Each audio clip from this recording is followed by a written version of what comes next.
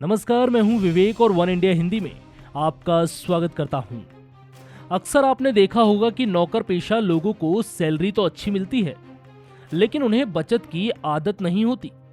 ऐसे लोग भविष्य के लिए कोई निवेश नहीं कर पाते और बुढ़ापे में उन्हें पैसों की दिक्कतें होती हैं। वहीं जो लोग निवेश करते हैं, उनका भविष्य सुरक्षित रहता है। ऐसे में ये जरूरी है कि आप भी ऐसा निवेश करें जिससे ताउम्र आपको पैसों की कोई टेंशन ना रहे। भविष्य को सुरक्षित करने के लिए नेशनल पेंशन स्कीम यानी कि एनपीएस एक बेहतर विकल्प है। ये स्कीम के लिए खाता धारकों को मोदी सरकार ने एक बड़ा तोहफा दिया है। आइए जानते हैं कि ये तोहफा क्या है, लेकिन उससे पहले ये जानना जरूरी है कि एनपीएस क्या है। 2004 में शुरू हुई नेशनल पेंशन स्कीम यानी कि एनपीएस एक रिटायरमेंट सेविंग अकाउंट है। पहले ये स्कीम सिर्फ सरकारी कर्मचारियों के लिए शुरू की गई थी, लेकिन 2009 के बाद इसे निजी क्षेत्र के कर्मचारियों के लिए भी खोल दिया गया। यानी इस स्कीम का फायदा सरकारी के साथ साथ प्राइवेट सेक्टर में काम करने वाले कर्मचारी भी उठा सकते हैं।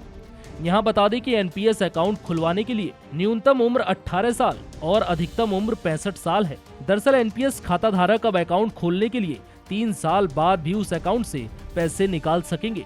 अभी तक ये होता था कि एनपीएस अकाउंट होल्डर रिटायरमेंट के बाद पूरा या फिर डिपॉजिट शुरू होने के मिनिमम 10 साल बाद ही आंशिक तौर पर पैसा निकाल सकते थे।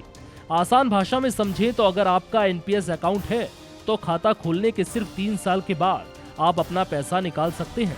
इस संदर्भ में वित्त मंत्रालय की ओर से हाल ही में जानकारी भी दी गई। वित्त मंत्रालय के मुताबिक टायर 1 एनपीएस सब्सक्राइबर को 3 टुकड़ों में आंशिक रूप से एनपीएस से पैसा निकालने की अनुमति होगी। हालांकि सब्सक्राइबर के टायर 2 अकाउंट से विड्रॉ पर कोई प्रतिबंध नहीं है। बता दें कि एनपीएस में टायर 1 और टायर 2 दो अकाउंट होते हैं। टायर 1 एक रिटायरमेंट अकाउंट होता है जिसे हर सरकारी कर्मचारियों के लिए खुलवाना अनिवार्य है। वहीं टायर 2 एक वॉलेंट्री अकाउंट होता है जिसमें कोई भी वेतनभोगी अपनी तरफ से इन्वेस्टमेंट शुरू कर सकता है और कभी भी पैसे निकाल सकता है। हालांकि कितनी रकम निकाल सकते हैं इसकी जानकारी अभी नहीं दी गई। अगर आप एनपीएस के तहत अकाउंट खुलवाना चाहते हैं तो सरकारी या निजी बैंकों से संपर्क करें। इसके लिए आपको बर्थ सर्टिफिकेट, 10वीं की डिग्री, एड्रेस प्रूफ और आईडी कार्ड की जरूरत होती है। रजिस्ट्रेशन फॉर्म बैंक से मिल जाता है। इसके अलावा कई बैंक की ओर से नेट बैंकिंग में भी एनपीएस अकाउंट खोलने की सुविधा दी जा रही है।